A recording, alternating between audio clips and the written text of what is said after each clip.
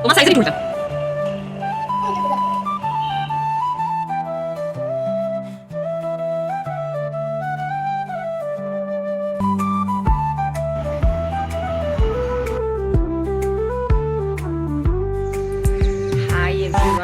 Good morning, welcome to simple mindful moments. আমি সুদেশনা।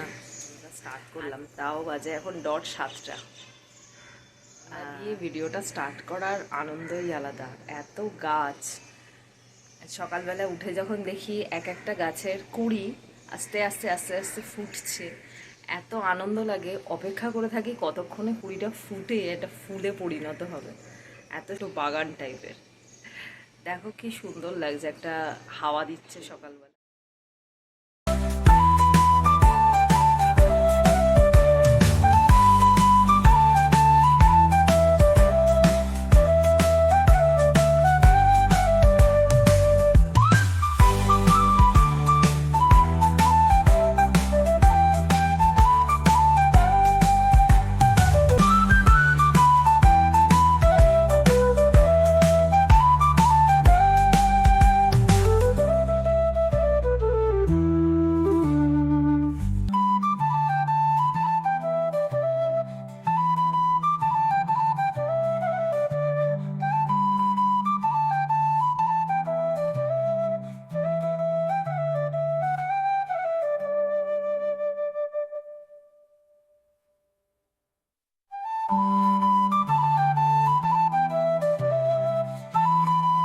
আজকে ব্রেকফাস্টে বানালাম চিড়ের পোলাও।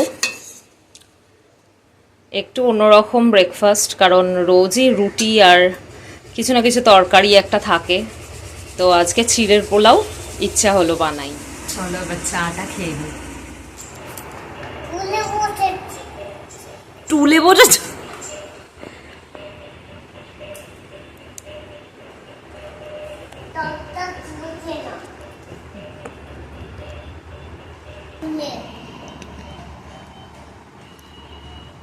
তোমার সাইজেরই টুলটা।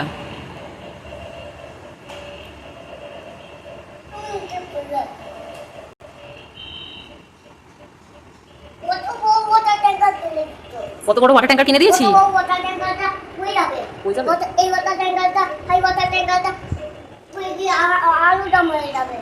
আলুর দম হয়ে যাবে পড়ে কি।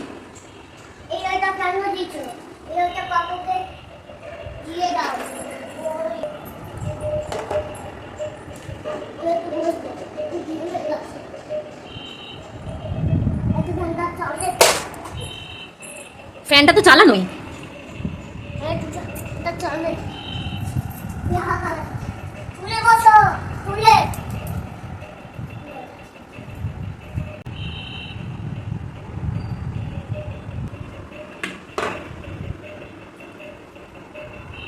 খাওয়া করে না। ও বাবা,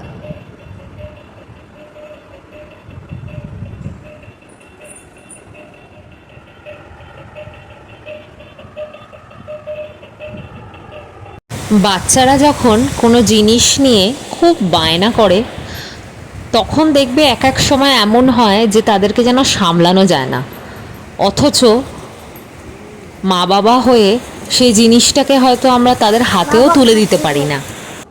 আর এই টডলার ফেজে বাচ্চারা প্রচণ্ড বায়না করে, প্রচণ্ড সব কিছুর ব্যাপারে কিউরিসিটি এবং একটা জিদ টাইপের তাদের মধ্যে চলে আসে যে এই জিনিসটা চাই তো চাই। যেমন এই সময় গোগলের বাবা লাঞ্চে বসেছিল, ওর বায়না আমি বাবার সাথে বাবার থালায় যা যা সাজানো আছে সেগুলো নিয়ে টানা হেঁচড়া করবে। খাবে হয়তো 1-2 দানা, কিন্তু সেগুলো নিয়ে খেলবে।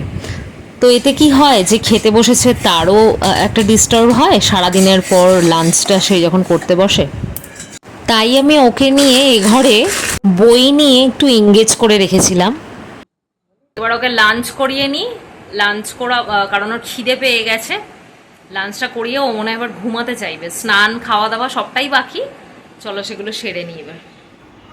এই গরমে হালকা পাতলা রান্না করেছিলাম গোগলের জন্য, সব সবজি দিয়ে মাছের ঝোল। আজকের ভিডিওটা এখানে অবধিই রাখলাম।